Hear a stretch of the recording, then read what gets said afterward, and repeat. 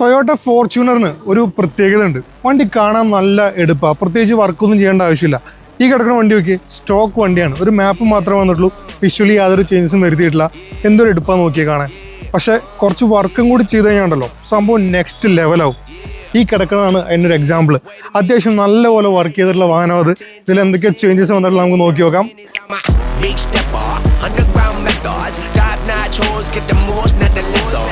Visual difference നോക്കിക്കഴിഞ്ഞാൽ ഫ്രണ്ടിൽ complete dechrome ചെയ്തിട്ടുണ്ട്. അതുപോലെ തന്നെ TRD ബമ്പേഴ്സാണ് വന്നിട്ടുള്ളത്.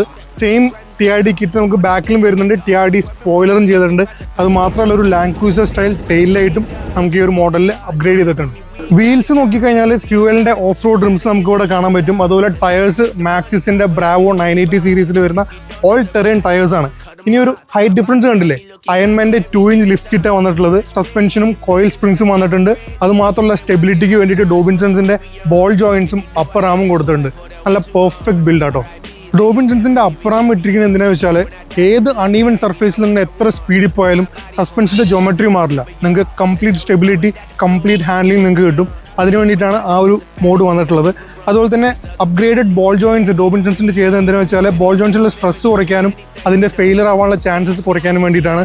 ലിഫ്റ്റ് കിറ്റ് ചെയ്യുമ്പോൾ ഈ രണ്ട് മോഡ്സും ചെയ്യുന്നത് വണ്ടിയുടെ സ്റ്റെബിലിറ്റിക്കും ഹാൻഡ്ലിങ്ങിനും എന്തായാലും ഗുണം ചെയ്യും.